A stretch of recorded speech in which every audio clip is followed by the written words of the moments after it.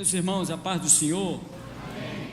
Abra sua Bíblia na carta de Paulo a Filemon, no versículos 8. Claro que apenas só tem um capítulo, então a carta de Paulo, no capítulo 1, não é? E o versículo 8. Vamos meditar um pouco sobre os aspectos da salvação. Eu quero ser bem rápido, não é? Não quero cansar os irmãos. E pude analisar algumas coisas. Não tenho o costume de anotar muito, porque eu jogo para o papel, depois jogo para a memória para ficar mais fácil. Mas hoje eu tenho que recorrer à minha cópia aqui, as anotações para me ajudar. Vamos lá? Carta de Paulo a Filemon. Pelo que, ainda que em Cristo,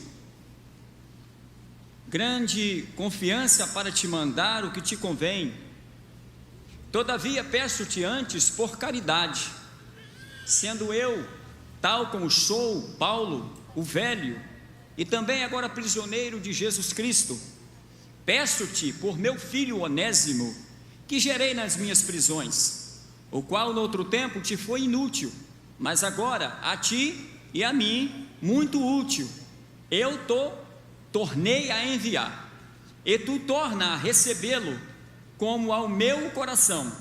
Eu bem quisera conservar comigo, para que por ti me servisse nas prisões do Evangelho, mas nada quis fazer sem o teu parecer, para que o teu benefício não fosse como por força, mas voluntariamente, porque bem pode ser que ele se tenha separado de ti por algum tempo, para que o retivesses para sempre, não já como servo, antes mais que servo, como irmão amado, particularmente de mim, e quanto mais de ti, assim na carne como no Senhor.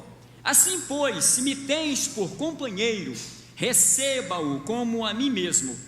E se te fez algum dano, ou te deve alguma coisa, põe isto na minha conta.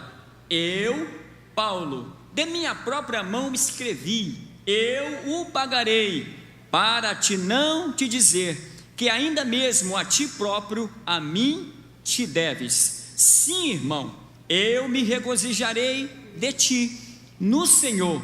Reanima o meu coração. Escrevi-te confiando na tua obediência, sabendo que ainda fará mais do que eu lhe pedi. Amém? Assentai-vos em nome de Jesus. Meus irmãos, a carta de Paulo a Filemon, eu tenho certeza que você já ouviu muitas mensagens aqui, edificantes, mas eu quero compartilhar algumas coisas que o Senhor entregou ao meu coração esta tarde, e tenho certeza que o Senhor vai falar contigo, até porque minha palavra esta noite está voltada para a nossa salvação, e não existe outra coisa melhor do que falarmos sobre a salvação. Talvez você não tenha conhecimento totalmente pleno sobre esta carta, mas esta carta é a chamada carta do amor. Paulo estava preso em Roma, e a Bíblia diz que ele resolve escrever uma carta a Filemon. Quem é Filemon? Filemon é um obreiro, é um servo de Deus que habita na cidade de Colossos, e a Bíblia diz, segundo o contexto que nós lemos, que houve um problema com um rapaz chamado Onésimo. Esse Onésimo era servo, e a palavra servo na Bíblia, no grego significa escravo. Ele estava na casa de Filemon, e por uma circunstância ocasional, deduz-se que ele furtou alguma coisa do seu senhor, e fugiu para a cidade de Roma, e lá se refugiou, porque se ele ficasse ali na casa, ele poderia, segundo a lei, ser morto por seu senhor, ou seja, será açoitado até a morte. Então, ao praticar um delito, ele resolve fugir da presença do seu senhor, e vai para a cidade de Roma. Lá por um tempo, ele se encontra com o apóstolo Paulo, e nesses encontros, ele se converte ao Senhor, e ele relata o que de fato aconteceu a Filemon. Então, Filemon era discípulo de Paulo. Paulo era o apóstolo, era o chefe, era o comandante, era um apóstolo mais experiente, estava preso em Roma, e segundo a lei, a Bíblia diz que Onésimo deveria voltar para a casa de Filemon. claro que se Paulo ficasse com ele não teria problema algum, mas Paulo, a saber do problema, ele escreve uma carta a Filemon, relatando o problema, baseado na sua amizade, baseado na sua autoridade apostólica, porque ele começa a carta dizendo assim: olha, eu tenho muita confiança em te mandar isto, não no meu nome, mas no nome de Cristo. O que é que Paulo estava pedindo? Olha, Onésimo certamente falhou com você, ele errou, ele furtou alguma coisa de você, só que o que é que aconteceu? Eu gerei Onésimo nas minhas prisões.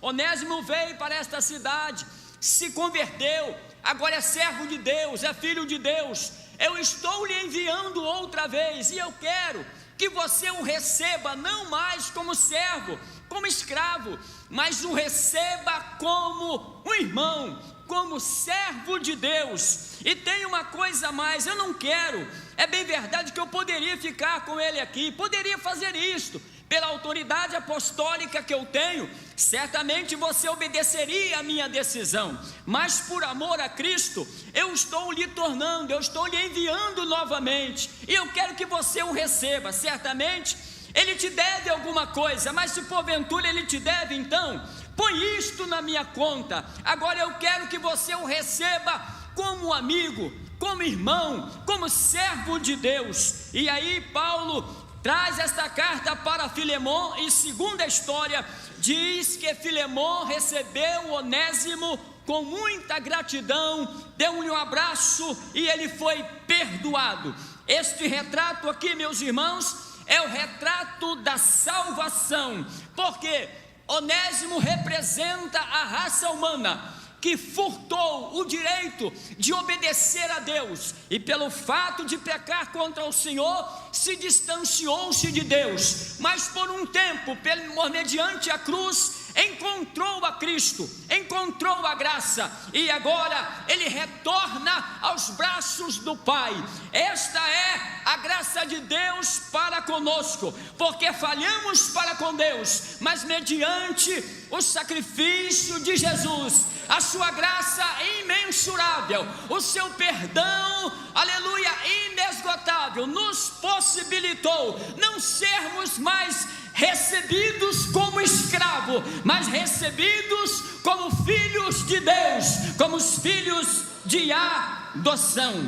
Na verdade, meus irmãos, eu quero pregar nesta noite sobre a escravidão, tanto no aspecto físico, natural, como também no aspecto espiritual. A Bíblia nos diz, irmãos, e conta a história deste problema aqui. Onésimo era servo de Filemon.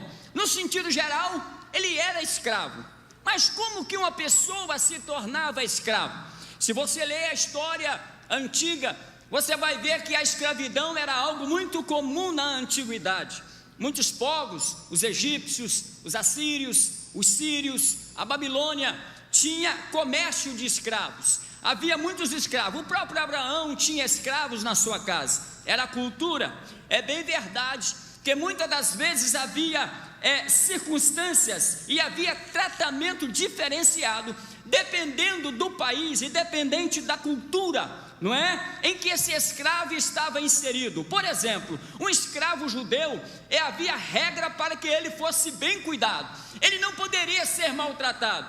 Isto não era muito comum para os assírios, que maltratavam os escravos. A Babilônia, o Império Persa, todos eles tinham a sua maneira de agir com os escravos. Então o escravo ou a escravidão era algo comum nos tempos passados. Mas, meus irmãos, como que alguém se tornava escravo? Eu pude anotar algumas coisas que levava uma pessoa a se tornar escravo de alguém. Por exemplo, a pobreza. Alguém que era muito pobre e não tinha condições financeiras de sustentar a si mesmo ou sustentar a sua família, o que ele fazia? Ele se entregava a uma pessoa rica e dizia: eu vou trabalhar para você.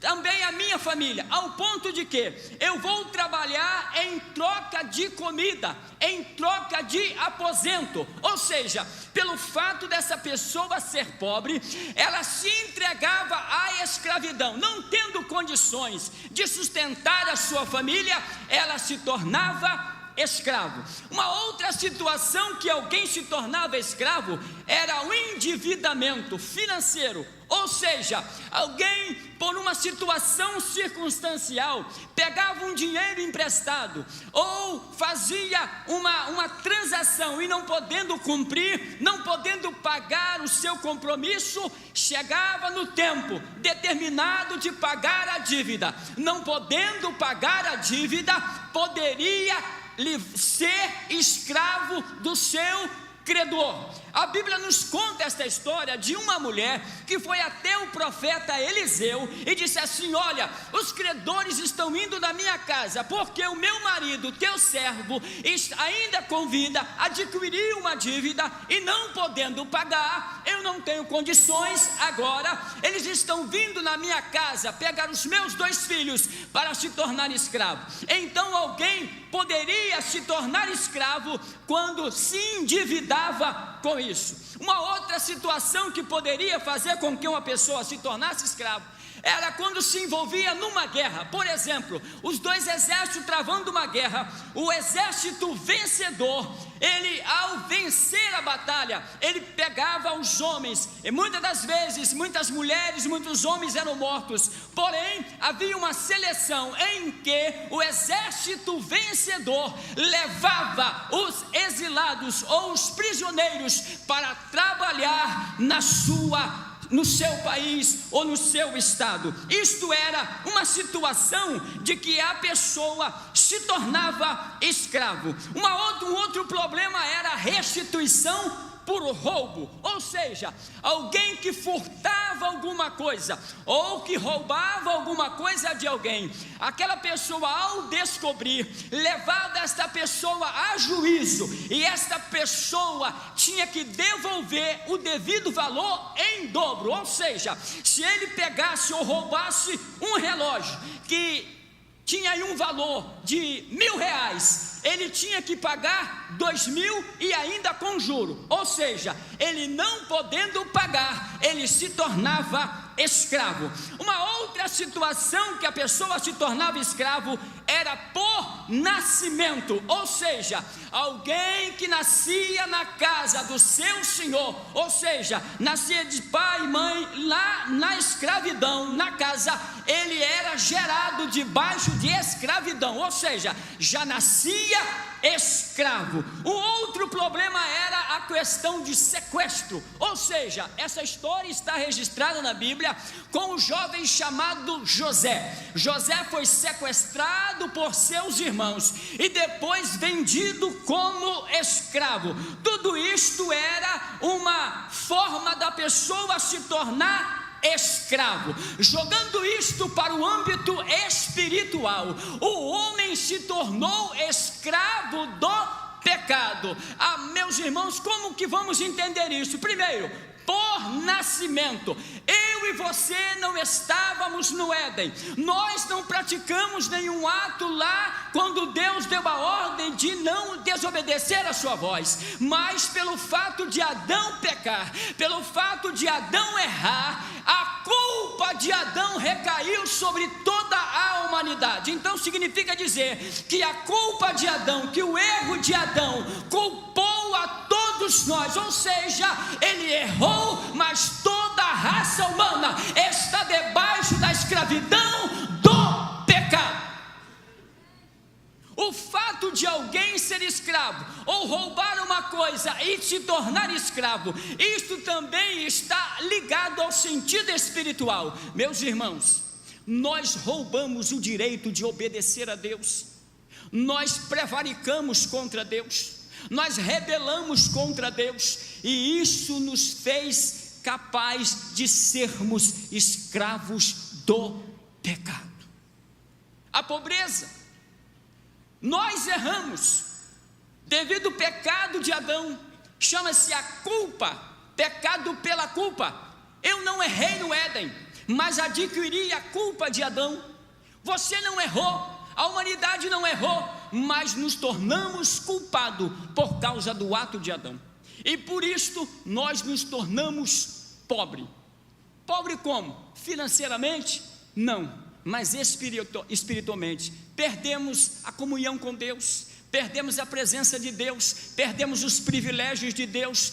Outrora tínhamos acesso ao paraíso e hoje nós não temos mais. Outrora nós tínhamos paz e hoje nós não temos mais, porque estávamos debaixo do pecado. Mas houve um problema, aleluia. Qual é o problema? O problema é que houve um exército. Falei aqui sobre aquela pessoa que se tornava escravo quando um exército capturava os seus cidadãos, e houve realmente uma força espiritual que nos tentou, que nos prejudicou, que nos levou a pecar contra Deus e nos escravizou pelo pecado. A Bíblia diz que Jesus veio desfazer as obras do diabo.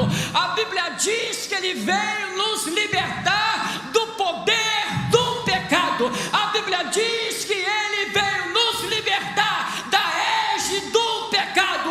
Hoje nós estamos livres do poder do pecado. Fomos sequestrados. O diabo enganou a humanidade. O diabo levou a humanidade a pecar contra Deus. O diabo iludiu a humanidade ao ponto de se tornar escravo. Porém a Bíblia diz assim: se o Filho vos libertar, verdadeiramente sereis livres. Agora, eu listei aqui a forma de alguém se tornar escravo. Mas como que alguém poderia ser livre da escravidão? Dentro do sentido natural, eu pude fazer algumas anotações aqui. Por exemplo, receber a libertação das próprias mãos do seu senhor. Aquele indivíduo é escravo, deveria servir ao seu senhor, mas poderia em algum momento o seu senhor, que o comprou, que lhe é superior, poderia chegar à conclusão e dizer assim: não, eu vou te dar a liberdade, eu lhe ofereço a liberdade. Ele poderia fazer isso, porque ele é o seu senhor. Então, das próprias mãos, o seu senhor, ou o dono daquele escravo, poderia assinar um documento, dando-lhe a liberdade. Por outro lado, poderia receber a liberdade mediante o pagamento de uma quantia. Segundo a Bíblia, a prata na Bíblia era símbolo de redenção. Então alguém que quisesse libertar um escravo deveria pagar uma certa quantia. E aí, esses valores variavam muito de países para países. Por exemplo, José foi vendido por 20 moedas de prata. E o valor, ele não alterava muito. Lembra que Jesus foi vendido por 30 moedas de prata. Então, quando alguém queria comprar um escravo, deveria pagar uma quantia, e o senhor que estava vendendo, ele determinava o valor. Uma outra era a concessão de uma carta de alforria, ou seja, o seu senhor, devido ao tempo, ou devido ao trabalho, ou devido ao respeito que ele tinha pelo seu senhor, ele poderia dar um documento, uma carta, dando a ele a liberdade, plena, para que ele fosse um homem livre. A outra forma era a disposição por meio de um documento ou um testamento. Ele tinha um documento na mão, ele tinha um testamento na mão, ele tinha a marca de escravo, mas ao chegar num determinado lugar, ele tinha a marca de escravo, e alguém poderia o identificar como escravo, mas se ele apresentasse a documentação, ele ia conferir que aquele homem já não era mais um escravo. Por outro lado, pela ordem de seu senhor. Se você ler Jeremias capítulo 34, verso 8 até o verso 10, você vai entender que quando o povo de Israel volta da Babilônia para Jerusalém, havia muitos escravos, havia um consenso, não é? E quando eles chegam na cidade de Jerusalém, Deus usa o profeta Jeremias dizendo, e você vai ver esses relatos também no livro de Neemias, que Deus dá uma palavra dizendo, olha, eu quero que vocês libertem todos os escravos, ou seja, Deus estava dando uma ordem para libertar todos os escravos. Então a libertação vinha através de uma ordem do seu Senhor. A libertação também era concedida no ano de jubileu. Toda vez que completava 50 anos, todo escravo da casa deveria ser liberto, exatamente no ano de jubileu. Nenhum senhor deveria estar com escravo na sua casa. E aí, continuando, alguém poderia efetuar a liberdade a um escravo quando este era um parente mais chegado, ou seja, alguém era escravo, uma pessoa, uma mulher, mas aí uma pessoa quer comprar aquele escravo, só que para comprar deveria pagar uma quantia, e dependendo, teria que ser parente, irmão, primo, tio, pai, mãe, teria que ser parente, deveria apresentar a documentação de parente para libertar aquele indivíduo da escravidão. Por outro lado, naturalmente, todo escravo aos 6 anos, ou seja, ele deveria ser liberto, ou seja, alguém que comprava um escravo, o escravo deveria ficar escravo apenas até 6 anos. A partir dos 6 anos, aquele senhor deveria dar a ele a carta de alforria, deveria dar a ele a carta de liberdade para ele ir embora. Era a determinação legal de Deus. Por outro lado, ao completar 7 anos, o escravo poderia optar em ir embora ou ficar com o seu senhor. Ou seja, completou 6 anos, nos 7 anos ele deveria tomar uma decisão, se ele ficava como escravo na casa, e como ele teria a liberdade, ir embora. E aí você me pergunta, se ele decidisse ficar, ele poderia ficar, talvez pelo tratamento que ele recebeu do seu senhor, só que deveria fazer uma coisa, ele deveria furar a sua orelha. E aí você vai ter os registros, que o escravo da orelha furada, quando ele furava a orelha, ele estava dizendo, eu sou escravo eternamente, plenamente do meu Senhor. Isto aconteceu, no sentido espiritual, receber a liberdade das próprias mãos do proprietário. Jesus é o nosso dono, Jesus é o dono de todo mundo aqui, do Senhor é a terra e a sua plenitude, e Ele, na cruz do Calvário, deu-nos uma palavra de liberdade. Só Jesus tem o poder de nos dar a liberdade, pelo poder da sua palavra, Ele pode nos libertar da escravidão do pecado. Nós somos propriedade dEle, Ele nos comprou com seu sangue. Diz a Bíblia, não fostes resgatados da vossa vã maneira de viver, com coisas corruptíveis, como prata ou ouro, ou pedras preciosas, mas fostes resgatados pelo precioso sangue de Jesus. Ele nos comprou, somos propriedade dEle, e como propriedade dEle, Ele tem o direito, Ele tem o privilégio de dizer, você está livre. Quantos aqui já receberam esta ordem? Você é livre, você é livre. Alguém poderia receber uma liberdade pelo pagamento de uma quantia. 25 moedas de prata era o valor da compra de um escravo. Mas aí o apóstolo São Pedro disse assim, vocês não foram comprados com prata, não foram comprados com ouro, mas fostes comprado pelo precioso sangue de Jesus, um preço inestimável, incalculável.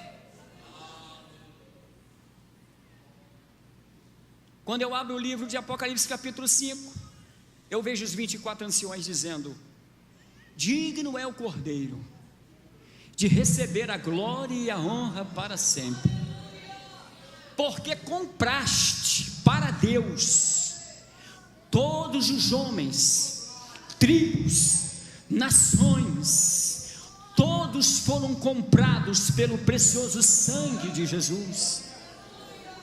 O sangue de Jesus foi a moeda que foi usada como câmbio, porque o meu dinheiro não tinha condições de comprar. O meu dinheiro, o meu real, meus milhões não poderia comprar a minha salvação. Se eu apresentasse o valor mais alto que fosse a Deus, aquilo seria uma miséria, uma coisa sem valor. Mas o preço do pagamento da minha liberdade não foi o dólar, não foi o real, foi o precioso sangue de Jesus.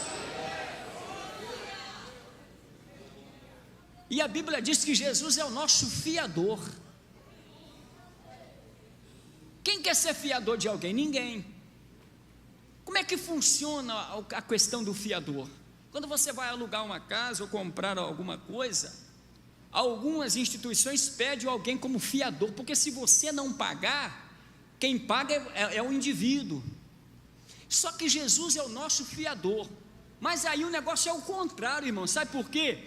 Porque, na verdade, se fosse uma transação legal, se eu não pagasse, Jesus pagava. Só que é o seguinte: o negócio é que eu não vou precisar mais de pagar, porque Ele já pagou. Aleluia!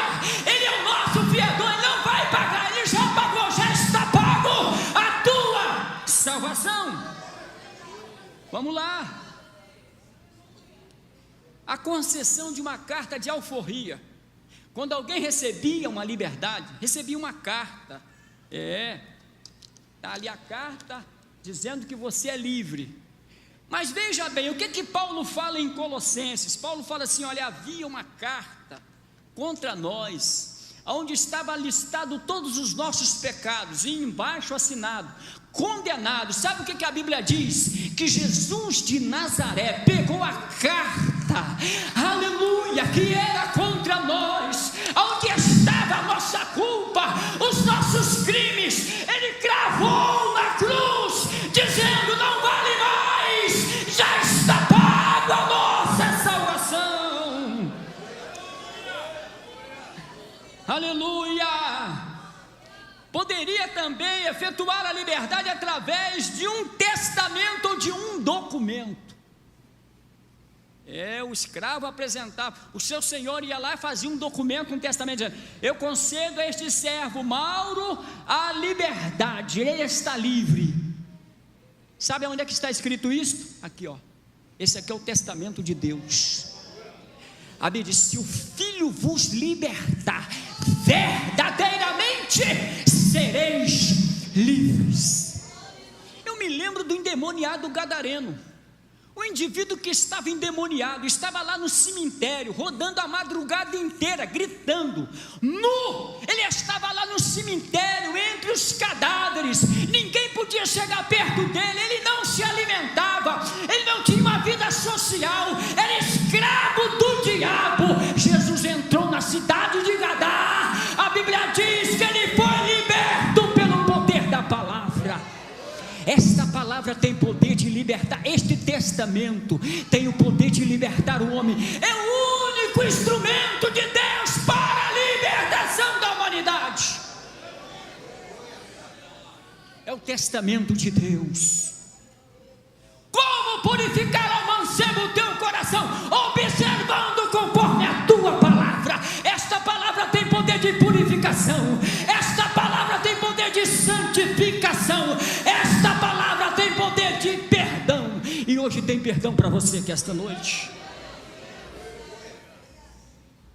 Sabe qual era a outra forma? Pela ordem do seu Senhor. Ele deu uma ordem. Qual foi a ordem? Estão todos livres. Eu acho Jesus maravilhoso demais.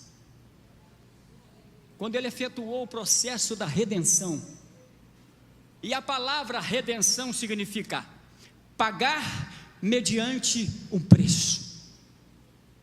E o preço exigido pela justiça de Deus, porque não foi o diabo que exigiu nada, o diabo não tem como exigir nada, mas a justiça de Deus exigia o pagamento. E se o pagamento não fosse feito, eu e você não estaríamos aqui, por causa da ira de Deus. Para aplacar a ira de Deus tinha que ter o pagamento, e o pagamento só era por intermédio do sangue. Hebreus 9:22, sem derramamento de sangue não há remissão de pecado. Aí Jesus disse assim: eu vou derramar o meu sangue.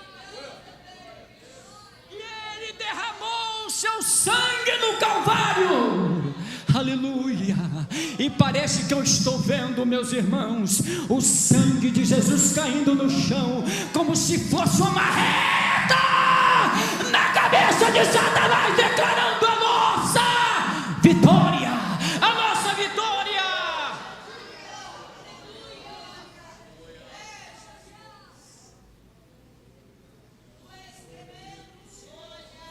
Sua libertação deveria ser feita através de um pagamento.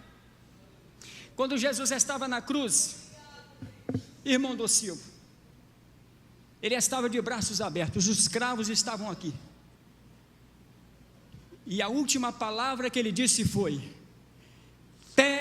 tetelestai, que no grego significa está pago, a dívida está paga, a sua dívida, a minha dívida, que era impagável aos nossos olhos, já está paga. Levante a sua mão para o céu. O seu pecado já está no campo do passado. Deus lança para trás de si. Hoje você tem uma herança no céu. O teu pecado, a tua dívida já está paga. Agora tem o seguinte: como é que alguém vai resgatar o escravo? Tinha que ser parente, tinha que ser chegado. Lembra de Boaz? Ele estava com Ruth. Ruth não era parente de Boaz, mas era parente de Noemi. E para que o problema fosse resolvido, para que Boaz pudesse comprar a dívida e pagar a dívida, teria que ser parente. E não é que Boaz era parente de Noemi? Pagou a dívida e ainda ganhou um casamento com Ruth. Quem disse que Jesus não é o nosso parente? Diz a Bíblia que ele é um irmão, ele é um amigo mais chegado que o irmão. Ele é o nosso irmão mais velho. Ele é o nosso irmão mais velho. Ele é o nosso parente mais chegado. Lembra daquela briga lá no colégio, né, Geilson? Quando a gente brigava, eu era o menor dos irmãos, aí alguém me batia, aí eu falava assim: eu vou falar com o meu irmão mais velho. Quando o diabo te afrontar, quando o diabo te acusar, fala com ele: eu vou falar com o meu irmão mais velho, ele se chama Jesus. Seu parente poderia efetuar a compra e dar-lhe a liberdade. Todo escravo deveria ser liberto após 6 anos. O número 6 é o número do homem, da falha, da fraqueza. Esther, se dependesse de mim, da minha capacidade, da minha justiça, da minha fidelidade, da nossa sinceridade, da nossa justiça, da nossa santidade, do meu eu jamais poderia estar aqui.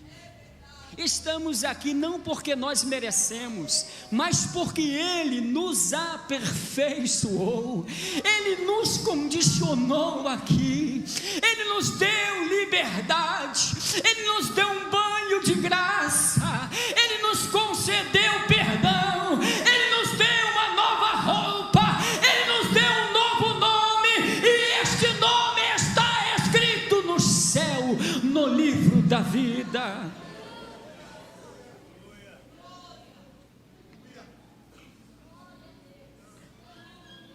Sabe como é que alguém poderia dar a liberdade? Pastor Fábio, você sabe melhor do que eu. É fazer do escravo um herdeiro. Abraão disse até isso para Deus: ó Senhor, eu não vou ter filho, eu sei que se tudo der certo, pelo jeito que eu estou vendo, Eliezer, o meu servo, será herdeiro de tudo que é meu. Então, para alguém ganhar a liberdade, o Senhor poderia passar todos os seus bens para o escravo e fazer dele o herdeiro. Sabe o que a Bíblia diz? Que nós somos herdeiros de Deus e co-herdeiro de Cristo. Sabe como que Ele nos tirou da escravidão, do pecado? Nos fez herdeiro em Cristo. Nós somos herdeiros de uma coroa. Eu acho que você não está entendendo. Você é herdeiro de Deus. No céu tem riquezas incontáveis. Irmãos, eu não vou precisar de sapato. Eu vou andar descalço. Sabe por quê, irmão Silvio? Eu vou andar sobre as nuvens.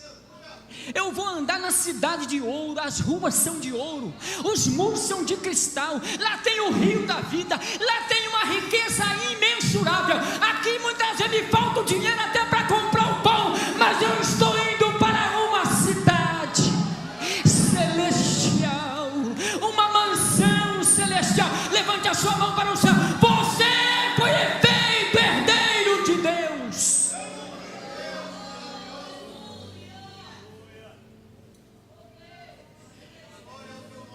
Até 6 anos, o escravo poderia ficar na casa. Deixa eu ver a hora. Tá, ainda dá para mim uns 5 minutos. Ele poderia ficar na casa até os 6 anos. Aí o seu senhor tinha que libertar ele. Quando completasse 7 anos, ele deveria tomar a decisão: ou fica na casa do seu senhor, ou vai embora. Ele poderia escolher. Mas devido ao tratamento, muitos escravos falaram: não, eu quero ficar, eu sou bem tratado, eu tenho comida, eu tenho cama, eu tenho casa, eu tenho roupa, eu tenho tudo de bom. Fura minha orelha de uma vez, porque eu quero ficar escravo para sempre. Você sabe qual era o costume quando Paulo escreveu a sua carta dizendo que era escravo do Senhor? Os comerciantes de escravo na época de Paulo tinham 3 intenções ao comprar um escravo. Primeiro, ele comprava o escravo para trabalhar na sua casa, ali nos arredores da sua casa. Por outro lado, ele comprava escravo que trabalhava lá na lavoura, longe dele, ele nunca conheceu. E uma outra é que ele comprava escravo para comercializar. Por exemplo, comprava um escravo por R$1.000, ele era comerciante e vendia por 1.500, 2.000, aí tinha um lucro. Paulo disse assim: eu, Paulo, servo de Jesus Cristo, ou seja, escravo de Jesus Cristo. Ué, mas Paulo não fala de liberdade? Como que Paulo vai falar que ele é escravo? Porque ser servo é escravo. Só que Paulo quis dizer o seguinte: olha, ele me libertou da escravidão do pecado. Antes eu era servo do pecado, escravo do pecado, mas agora eu sou servo dele, ou seja, eu sou escravo dele, só que não na algema, não por imposição, ou seja, ele comprou a minha liberdade e disse: pode ir embora, vai embora, você está livre. Aí eu fui, só que quando eu cheguei lá na frente, eu disse: ele é tão bom que eu quero voltar para o meu Senhor, eu quero ficar para sempre. É isso, irmãos, o amor dele nos constrange.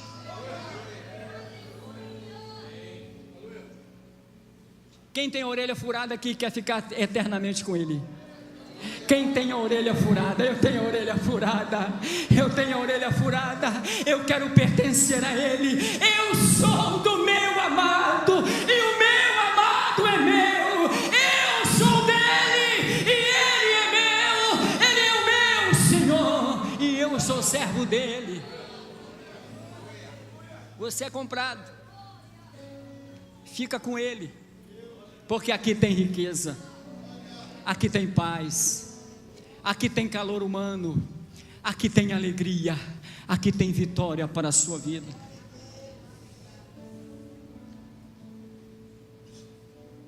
Observações importantes que eu fiz. Pela lei, o escravo gozava de proteção, ninguém podia tocar no escravo. E quem disse que nós não somos guardados? Ninguém pode tocar na sua vida sem a permissão de Deus. Você é guardado por Deus. Deus te guarda. Eis que não tosquenejará, nem dormirá o guarda de Israel. O Senhor é quem te guarda. O Senhor te guardará de todo mal. Ninguém pode te tocar, porque você tem a proteção do Altíssimo. Ninguém pode tocar. Ninguém pode tocar. Você é servo de Deus. Você pode ir aonde você quiser. Pode colocar seu nome na boca do sapo. Pode colocar lá Mauro. Mas o diabo nunca vai achar o Mauro. Sabe por quê? Eu não me chamo Mauro. O meu nome no livro da vida é outro. E tem uma coisa, não é porque eu mereço, não, é porque Ele me fez merecedor. Não é porque eu sou justo, não, mas Ele me justificou. Não é porque eu sou bom, não, é porque Ele tem um amor incomparável, não apenas por mim, mas por você também.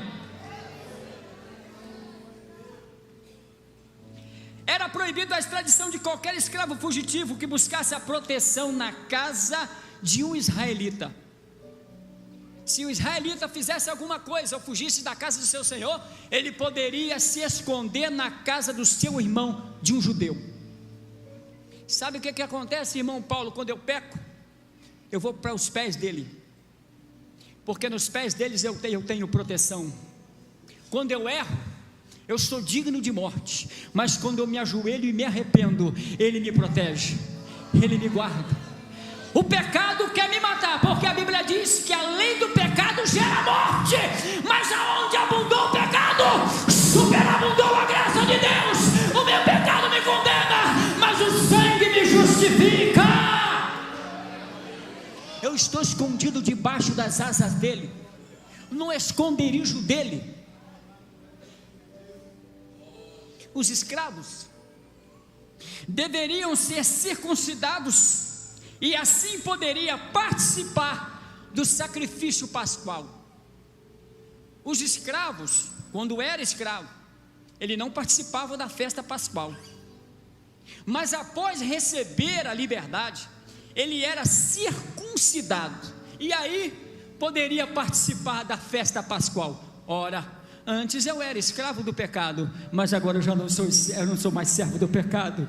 Eu sou livre e eu posso fazer parte da festa pascual. Qual é a festa pascual? A ceia do Senhor. Eu posso cear, e cear significa ter comunhão. Cear significa sentar na mesa com Ele. Cear significa ter gozo na alma. Cear significa ter esperança. Cear significa ouvir a voz dEle, esperar a sua volta. Somos circuncidados na carne? Não, Senhor. Paulo disse assim: nós não precisamos da circuncisão na carne por Abraão, mas nós fomos circuncidados pela fé. Quantos aqui foram circuncidados? Teriam direito do descanso no sábado. Você sabia que o escravo não descansava no sábado, trabalhava direto? Ele não descansava, mas quando ele recebia a liberdade, ele tinha o direito de descansar no sábado. Sabe de uma coisa, irmão Docil? Nós estamos trabalhando muito, o Senhor trabalhou muito, mas sabe o que vai acontecer daqui a pouco? Nós iremos descansar dos labores desta vida. Nós vamos descansar.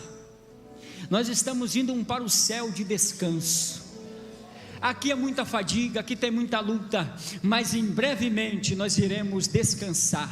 Quantos aqui são livres? Levante a mão. Você está indo para o céu, para o descanso eterno. Há um descanso para o povo de Deus. Vai chegar o momento que esta cruz que está ferindo os teus ombros, tu vai trocar por uma coroa. Aleluia! Diz o livro de Apocalipse: aquele que vencer, darei o direito de assentar no trono comigo, assim como eu venci. Tem descanso para você. Que Deus nos ajude a compreender a grandeza da salvação. Antes éramos escravos, hoje somos livres. Sabe por quê? Porque nós fomos regenerados, nascemos de novo. E só para encerrar, quem nasce a primeira vez, nasce para a morte, mas quem nasce a segunda vez, nasce para a vida. Quem nasce a primeira vez, nasce debaixo da lei do pecado, mas quem nasce a segunda vez, nasce debaixo da lei do Espírito.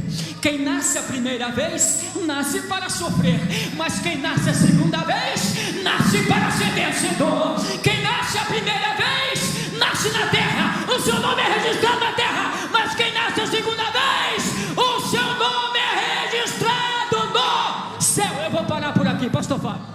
A graça do nosso Senhor Jesus Cristo, o grande amor de Deus, o nosso Pai, e as consolações do Santo Espírito de Deus sejam sobre todos nós que aguardamos a vinda do nosso Senhor. E todos vamos dizer agora: amém.